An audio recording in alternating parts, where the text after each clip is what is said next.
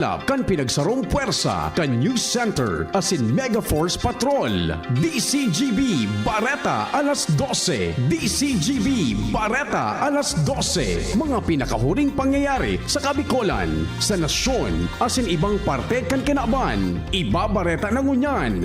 DCGB Bareta alas 12. Ngunyan, ang sa inyong tagapagbareta. Marhay no do mga tugang, Huwebes po ngunyan, petsa 5 sa bulan kan Setyembre 2024. Ini ang bareta alas 12 asin kami ang sendong magiging tagapagbareta. Ako po si Jasmine Balolo. Ako man po si Mardila Daing Iba. Enot sa headlines ito yung darakulang mga bareta sa lado lokal. Tabaco City Police Station, Piglinaw, nawara nin insidente nin abduction sa syudad kanakalista simana. Pagkawara kang duwang persona, pigkakonsiderar na isolated case as hindi man ang implikasyon sa pasiorden kan syudad. Sobra sa 5,000 na mga uniformed personnel magtatarabang sa pagmantener kan pasiorden sa Peña Francia Festival sa Naga City. Send-off ceremony ginibo kasubagong aga sa Legazpi City. Mga napiktarang kang bagyong enteng sa Bicol Region na minabot nanin sobra 267,000 na pamilya. Probinsya kan Camarines Sur nagdeklarar nin state of calamity. 46.6% kan populasyon kan probinsya apektado kan uminaging bagyong enteng. Sa lado nasyonal, Alice Go nagpatusar ng buhok para maitago ang identity sigong kay NBI Director Santiago. PNP siniguro na daing sacred cow ang kaso mapatunayan na may kasabwat na pulis si Alice Guo kaya ini nakaluwas sa nasyon. Mga nagtabang para makadulag si Alice Guo sisikadan sa pwesto asin kakasuhan sigon kay Presidente Bongbong Marcos Jr. Automatic gun ban exemption para sa 2025 national asin local elections planong palawigon kan COMELEC. Sa bareta niya to sa ibang nasyon, maabot sa 40 katao nagadaan matapos baradilon ka mga Boko Haram militants sa Nigeria. Baretang sports, Magnolia Hotshots dinaog ang Northport Batang Pier sa nagpapadagos na PBA Governors Cup. Yan ang headlines. Ngunyan sa detalles ka mga bareta enot sa lado lokal. Ang baretang ini hatod sa Indokan. News App Z Plus, now with Zinc. Mas bilis galing sa sintomas ng sipon. Piglinaw ni Tabaco City Police Station Chief of Police, Police Lieutenant Colonel Edmundo Cirillo Jr. na dahil pa nila may kukonsiderar na abduction ang report na duwang persona ang aligadong dinukot sa syudad kan Tabaco ka mga nakalihis na simana.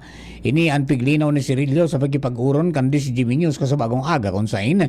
Sayang sinabi na duman sa primerong insidente na grani sa saindang istasyon ang agom ni James Jasmines para i-report ang sayang agom na nawara kan Agosto 23 asin nagpalyar na makauli sa pinag-arkila kaining harong sa Barangay San Lorenzo sa laog kun kaya pigkakonsiderar ni na indaining missing person. Mientras na duman man sa ikaduang kaso, sinabi ni Cirillo na wala sindanin record na may nawarang persona na nagangaran na Felix Salaveria Jr. dahil sa iba ang pangarang kalalaking pigsasabing kinuha ka mga armadong persona sa Barangay Cobo basado man sa nakuang dokumento arog kan BIR-ID asin driver's license kan polisya sa pigistarang kaini. Idinugang pa ni Cirillo na ang pigsasabing birthday kan nasabing persona kan Agosto 23 alagad basado sa ID Abril 20, 1950 ang kumpleanyo kaini. Tinawa ni doon ni Cirillo na ang pigsasabing panduang kaso kan nawarang persona kan Agosto 28 wara ni nagluluwas na complainant asin questionable para sa inda ang mga dokumentos na nakuha kung kaya difficile para sa indang makapagpaluwas ni mga assumption sa sirang na sitwasyon dahil tawara asindanin solidong ebidensya na may abduction na nangyari sa syudad kan Agosto. Sa ibong kaini konsiderar ni Cirillo na isolated case ini mantang day manin makakaapekto asing wala ng implikasyon sa pasiorden kan Tabaco City.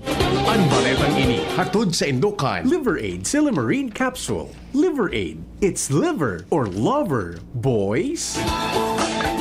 Sobra sa 5,000 na mga uniformed personnel ang magtatarabang-tabang para mamantener ang katrangkilohan sa pagselebrar kan Peña Francia Festival sa Naga City. Kasubagong aga kan ginibo sa laog kan Campo General Simeon Ola sa Legazpi City ang send-off ceremony kan sobra sa 2,900 na mga kapulisan. Asin sobra sa 2,000 sanggatos na mga personahes hali sa Philippine Army, Bureau of Fire Protection, Highway Patrol Group, Philippine Coast Guard, Land Transportation Office, Regional Maritime Group, asin iba pa. Sa mensahe ni PRO5 Regional Director, Police Brigadier General, nagpahayag ininin suporta sa ikasanggatos na selebrasyon kan kafestahan ni Nuestra Señora de Peña Francia, kung sa insiniguro kaini napapakusugonindaan sa indang mga lakdang para masiguro ang katrangkilohan asin seguridad kan mga debotos na mapartisipar sa manlain-lain aktibidad sa probinsya kan Camarines Sur. Sobra na sa 267,000 na pamilya na kumpuesto ng sobra sa 1 milyon na individual ang apektado kung minaging bagyong Enteng. Sigun ini sa impormasyon na ipinagpaluwas ka na Office of the Civil Defense, Bicol, kung saan ang mga pamilyang ini halis sa 801 barangay sa manlain-lain na probinsya sa Kabicolan. Nasa 350 na mga barangay sa naka-eksperyensya ng pagbaha asin pinakadakol digdi ang mga barangay na halis sa probinsya ng Camarines Sur. Sa pinakaultimong datos kan OCD Bicol, sobra sa 26 milyon pesos na kantidad ang itinong ayuda kan Department of Social Welfare and Development o DSWD Bicol sa mga apektado kang bagyo. Sa kunyang padagos man ang mga ahensya kang gobyerno sa clearing operations, partikular na ang mga lugar na binaha maging ang rehabilitasyon kang mga naraot na tinampo sa palibot. Nagdeklarar na nin state of calamity ang probinsya kan Camarines Sur dahil sa naging epekto kan bagyong Enteng sa probinsya. Sa ipinaluwas na sangguniang panlalawigan Resolution number 409 Series of 2024 na pinirmahan ni Gobernador Luigi Villafuerte, naka-eksperyensya ang probinsya nin mahiwasan na pagbabaha na namatean poon Septyembre 1 sa Godres 2024 kung saan basado sa partial report kan PDRRMC sobra sa 866,000 na mga individual hali sa 506 na barangay ang apektado kaini. Sinabi ni Villafuerte na sa tabang kan nasabing deklarasyon, magkakaigwasindanin pagkakataon na magamit ang pondo para sa pagtaonin asistensya sa mga apektadong persona. Mantang makokontrol man kaini ang paghiro kan presyo kan mga pangenot na pangangaipo asin iba pa. Kasabay kaini ang pagtaonin asigurasyon kan gobernador na nakaantabay ang gobyerno probinsyal kan Kamsur para sa pagtaonin tabang sa saindang mga residentes.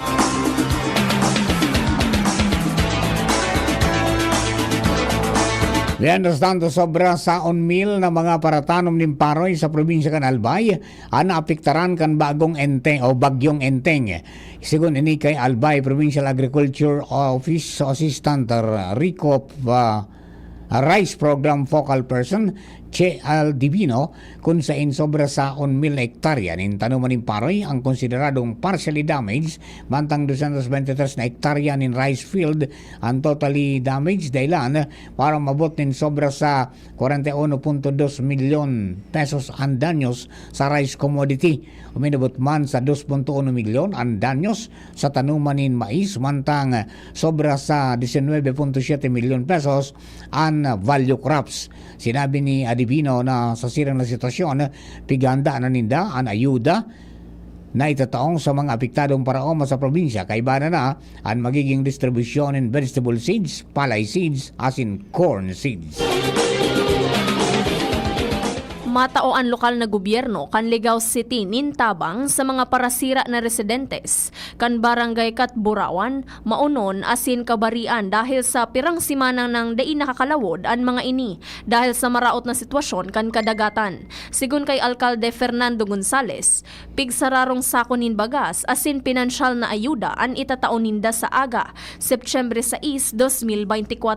Sinabi ni Gonzales na ang nasabing inisyatibo ang kasimbagan ninda sa agrangay kan mga pamilya kan parasira na naapektaran an sa indang hanap buhay poon pa ka nakalihis na simana dahil sa halangkaw na balud asin makusog na paros na delikadong marhay sa mga parasira. Sa iba pang baretang lokal, padagos ang pagtaon in tabang kan Department of Social Welfare and Development o DSWD Bicol sa mga Bicolanong naapektaran kan Bagyong Enteng, partikular na ang mga kapamilya kanagadan na sinalugadan sa probinsya kan Camarines Sur.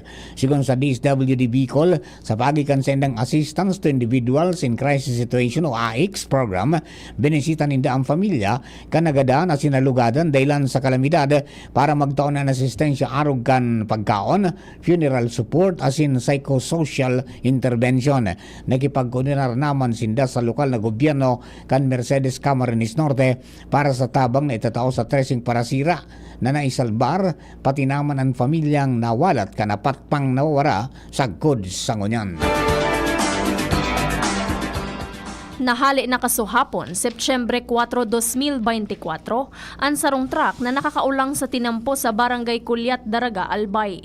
Ini matapos na aksyonan ni Daraga Municipal Police Station Chief of Police Lieutenant Colonel Edgar Azotea ang haloy ng reklamo kan mga residentes digdi. Magin kan opisyal asin ang mga biyahero dahil sa halawig ng panahon na nakatenga ini sa nasabing lugar na nagiging ulang sa mga nag-aagi. Sa pakikipaghuron ka na DCGB News kay Azotea, sinabi ka ini na nadangog niya ang estasyon sa nasabing concern kan publiko kung kaya pinunanan niya ang pakikipagkoordinar sagkod na masusog ang tagsadiri ka ini na sarong engineer na taga Naga City asin totalmente ng mahali ini sa lugar. Sinabi ni Azotea, personal niyang binisita asin tinutukan ang lugar para masiguro niya na mahahali ang nasabing bihikulo dahil sa inconvenience kaini sa publiko. Katakod kaini pinasalamatan niya ang gabos na mga nagtabang para dagos ng mahali ini, partikular na ang voluntaryong nagpasubli kan mga ekipahes na gagamiton digdi. Mga tugang primerong parte po yan, kasatuyang Bareta alas 12, mga Bareta sa lado lokal. Ang Bareta sa lado nasyonal, ibang nasyon sports sa Sinibapa, Makalis lamang Bukene. Kaming magtutropa, laging ganado. Sa trabaho, Ganado! Sa pamilya, Ganado! At syempre, kapag good times, Ganado! Ang mga selebrasyon kasama ang tropa, walang katulad basta may moderation, healthy lifestyle at Liverade. Ang Liverade ay may silimarin na maaring makatulong sa kalusugan ng atay. Araw-araw kaming umiinom ng Liverade dahil kami ay Ganado sa kalusugan! Liverade! It's Liver Lover, boys! Mahalagang paalala, ang Liverade ay hindi gamot at hindi dapat gamiting paggamot sa anumang uri ng sakit. Tulong proteksyon at pampalakas sa kalusugan ng atay. Liverade Silimarin Capsule. Mabibili sa mga leading drugstores nationwide. May iba't ibang karamdaman ka ba gaya ng high blood pressure, diabetes, sakit sa puso, sa kidney, sa atay, may myoma, na stroke, may gallstones, cancer at marami pang iba? Ang Amazing 4 ng Miracle Health Corporation ang subukan mo. Makakatulong dahil mula ito sa epektibong Amazing Trio at mas lalo pang pinalakas dahil sa Mega 1 na mayroong 21 sangkap. Subok ng nagpapalakas ng immune system at marami na ang mga natulungan na mayroong iba't ibang karamdaman. Huwag nang patagalin pa. At magpakonsulta. Maaaring pumunta kay Doc Joey Bitito sa Barangay 18, Cabangan West, Legazpi City, kaharap lang ng Bangko Sentral ng Pilipinas. O tumawag sa 0998-975-8121 or 0917-853-8933 para sa free consultation sa natural medicine. Mapapanood din ang serbisyong natural, kalusugan at bayanihan sa YouTube channel at sa Facebook page na Doc Joey Bitito.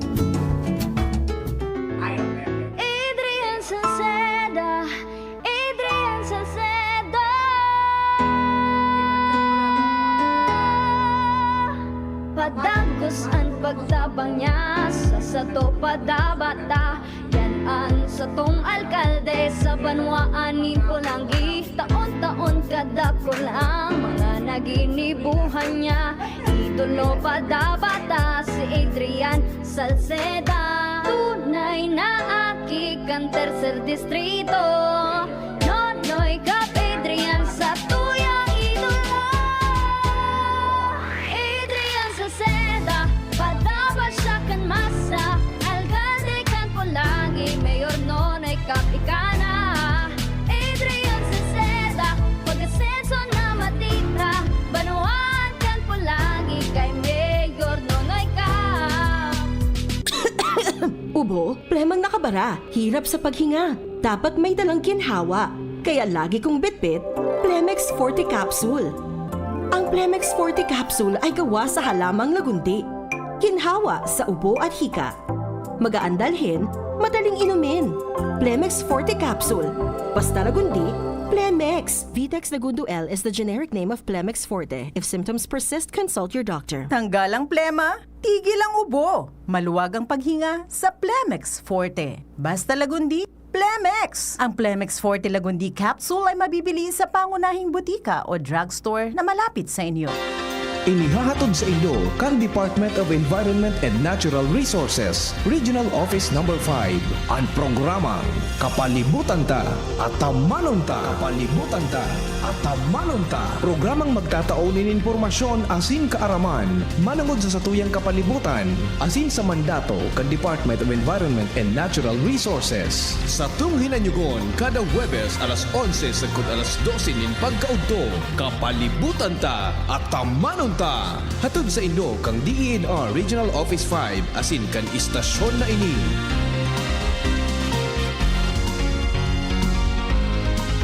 Ang Albay Electric Cooperative Incorporated or ALECO nagaako na ng mga aplikasyon para sa Lifeline Subsidy. Ang mga kwalipikado digdi iyo ang mga Pantawid Pamilyang Pilipino Program or 4Ps beneficiaries asin itong mga marginalized consumers. Para sa mga miyembros kan 4Ps, kaipuhan sa aplikasyonan sa inyong 4Ps ID asin latest bill. Para sa non-4Ps o itong mga marginalized consumers, ang mga requirements iyo ang mga minasunod. Certification halay sa Social Welfare and Development Office sa indong syudad o munisipyo na nagpapatunay na ang aplikante sa rong low-income earner base sa latest poverty threshold na ipigmok na kan Philippine Statistics Authority government-issued ID as in latest bill. Pagirumdom na ang diskwentong ini, automatikong ia-apply sa monthly consumption kan mga kwalipikadong aplikante na day mahalangkaw sa 25 kWh. Ipasa ang mga nasabing requirements kasabay ang accomplished application form sa ALECO Service and Collection Office sa indong lugar. Kung kwalipikado ka, dai na magduwa-duwa. I-avail na ang subsidiyang ini ka-ALECO.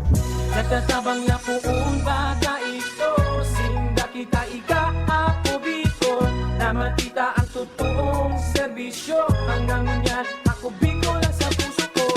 Igwang tabang sa turismo asin pag-asenso, may mga scholar na nagkaigwang trabaho, kadakol na mga naginibo, lalo sa mga para o matius na pamilya pa. Senior citizen asin ka-hobenesan yan. Ang AKP, Ako Bicol. Ako Bicol Party List. Katabang na, kasurug pa. Thank you kong Joey Salceda. Habang sa agrikultura, turismo, infrastruktura, financial tabang medikal. Thank you kong Joey Salceda. Buhay natin mas sumasaya pag si Joey ang kaiba. Daig natin ang pangangamba kong Joey Salceda. Highest rating na proven ang sa tuyang congressman. Albayahet ang atang lahat kong Joey Salceda. Albay ahead ang lahat, oh. Albay ahead ang lahat, oh. Kong Joey Salceda. Sa pagkabadagos kong Bareta, alas 12 dumangit sa Bareta sa Lado Nacional. Nagtutubod si National Bureau of Investigation o NBI Director Jaime Santiago na nagpaputol ng buhok si dating Banban Tarlac Mayor Alice Guo para maitago ang sayang identity sa Indonesia. Mahiling sa mga retrato na piniluwas kan Indonesia na sagod sa abaga na sana ang buhok ni Guo kumpara kan magampang siya sa Senado kan Mayo. Naaresto sa Sarong Hotel sa Tangirang City, Indonesia si Guo kan Miyerkules na maagahon. Mas kinadakop na sa Indonesia ang pinatalsik na Bamban Tarlac Mayor Alice Guo na wanted dahil sa pagkakaimbuelto kay ni sa illegal na Philippine Offshore Gaming Operators o POGO operations. Papadusahan pa man giraray kan Philippine National Police ang si isay man na mapatunayan na nagtabang sa pagdulag ni Guo. Sigun kay PNP PIO Chief Police Colonel Jean Fajardo, napadagos pa man giraray na pigi-imbestigaran kung paano nakalusot paluwas nin Pilipinas si Guo na posible posibleng nag-agi sa backdoor. Enot nang ibinulgar kan tugang kaining si Sheila Guo na nagkapirang beses sindang naglunad sa bangka paluwas nin Pilipinas.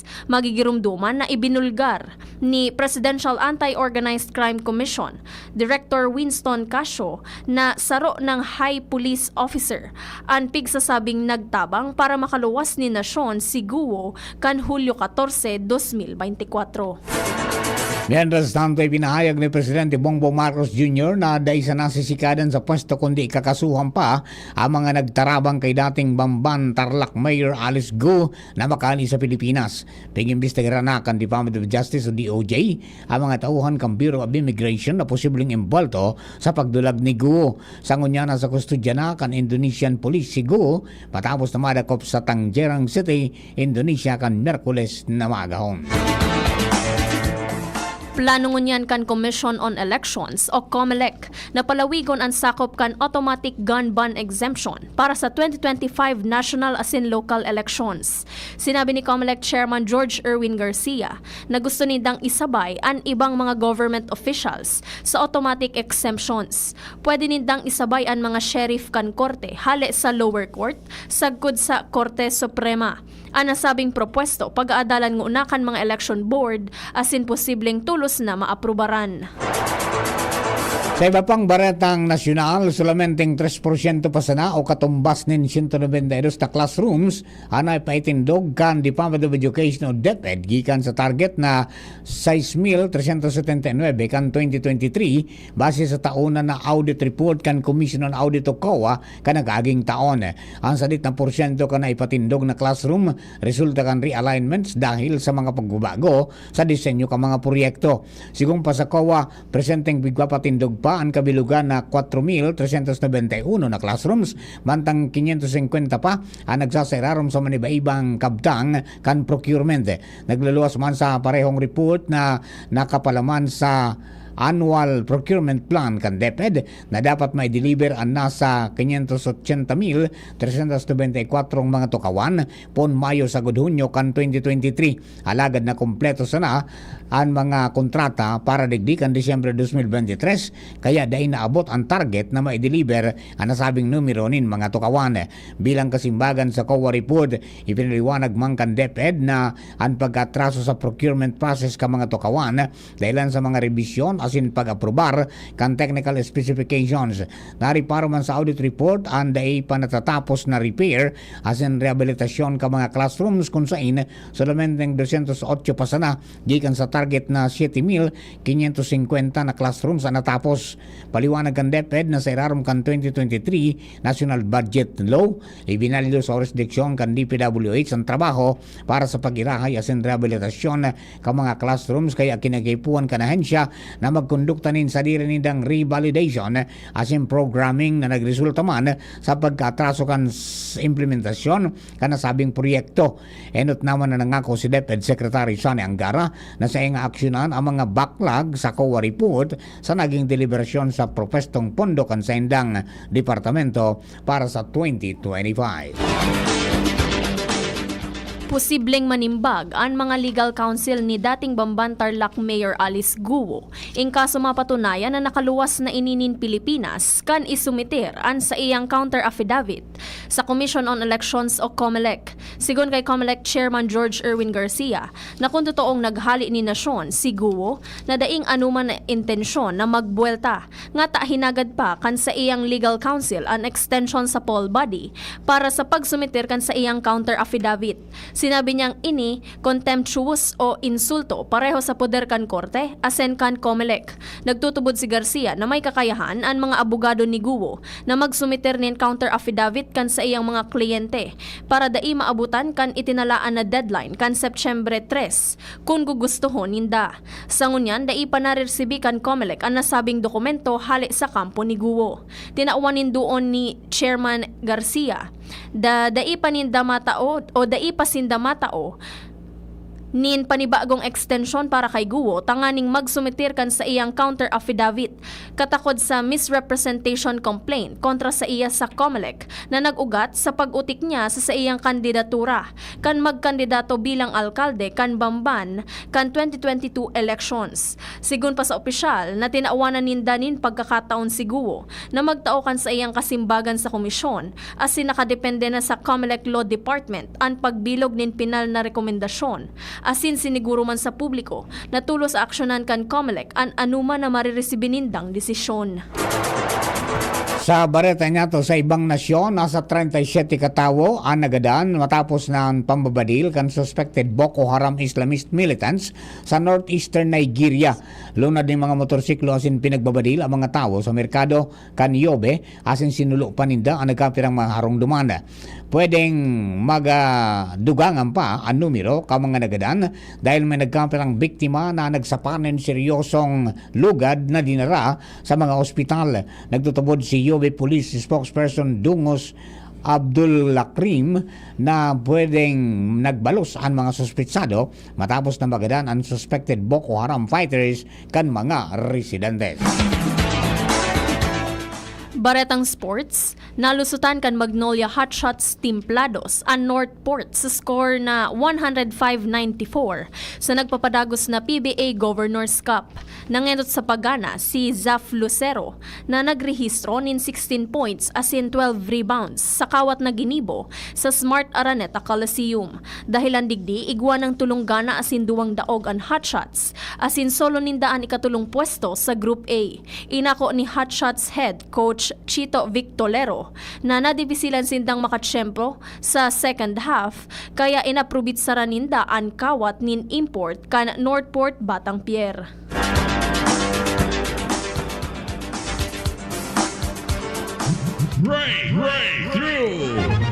Sa tuyang bareta sa Siyensya at Teknolohiya, Lamzag ang apod sa sarong smart bag na igwaning cool features kumpara sa anuman na klase nin bag.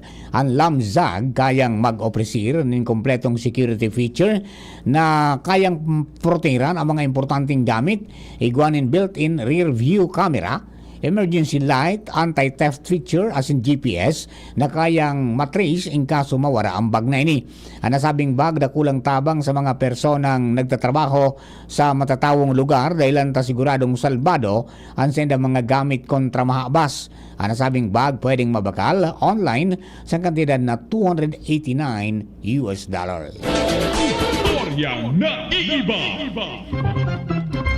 Sarong kontrobersyal na scientist ang inoperahan ang sadiring utak, mantang nasa sadiring harong sa Kazakhstan.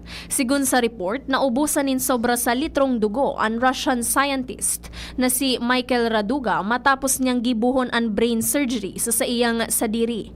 Para ini sa pag-implant nin electrode sa iyang utak na sa hiling niya, posibleng makapag-control kan sa iyang pangaturugan. Si Raduga ang bako man neurosurgeon o doktor. Saro siyang scientist as in founder kan Face Research Center, sarong organisasyon na nag-aadal manungod sa pangaturugan, sleep paralysis as in astral projection. Ang operasyon ang nagdurar nin 30 minutos. Naukudan niya ang pag-operar sa paagi kan paghiling nin brain surgery footage sa YouTube. Pig-eksperimentuhan niya man ang utak kan tupa. Matapos ang 5 semanang operasyon, ipinahali man ni Raduga ang implant sa sarong ospital asin wara man siya ni namati na side effects sa ginibong operasyon sa sadiri. September 5 kan taon 1905, 1905 ka namundag sa Antipolo Rizal si Lorenzo Sumulong Sr. Si Sumulong saro sa mga prominenteng politiko sa nasyon na nagserbi sa Senado sa laog nin 4 na dekada asin nagpresentar ka nasyon o nagrepresentar sa nasyon bilang delegado sa Estados Unidos. Si Sumulong ang naging pamayo kan Senate Committee on Public Accountability asin pigimbestigaran ang mga kontrobersyal sa Tambubong Buenavista Estate deal asin ang Harry Stonehill scandals. Si Lorenzo Sumulong Sr. ang nagadaan kan October 21, 1997. Sa sitwasyon po kang Bulkan Mayon sa ngunyan, wala po ni narehistong volcanic earthquake sa Bulkan Mayon sa nakalista 24 oras. Ilan impormasyon na pinuluwas kan Philippine Institute of Volcanology and Seismology o PBOX. Kasubagong aga kung saan wala ni nahiling na crater glow o banaag sa bunga nga kang bulkan dahil natatakluban ining panganuron. Uminabot man sa 482 tonelada kada aldaw ang pigbugang sulfur dioxide kay bana na ang paramentas na paghubag kang bulkan o ground deformation. Ngunyan aldaw September 5, 2024, mantinidong nasa alert level 1 ang bulkan asin pinagbabawal ang paglawag sa mga lugar na sakop kan 6 km permanent danger zone asin na pagpalayog na anong mga klase ng aircraft arani sa Nimot Kenny. Mga tugang yan na po ang kabilugan sa tuyang alas 12 mga bareta tinipon na sing kinalap sa DCGB Newsbay. Kapakarang ka nakatuwang nato sa pagsurat kan mga bareta Angel Mustaza. Lado technical Ronald Baldo. Down man sa DCGB Social Media Department si Jerome Nico Martinez. Hello kay Bing Buen Borges, siringman kay Sir Jeff Santos. Asin sa mga tagbayan-tabay nato sa DCGB News Online Facebook page, DCGB YouTube channel, asin sa DCGB Live app. Happy birthday kay Attorney Tin Dongabella. More life, prosperity, and happiness. Sa Sabado na da. Nanuga. And hello sa mga friendship natin dyan sa San Pedro, sa Bakakay. Kay Manay Denden,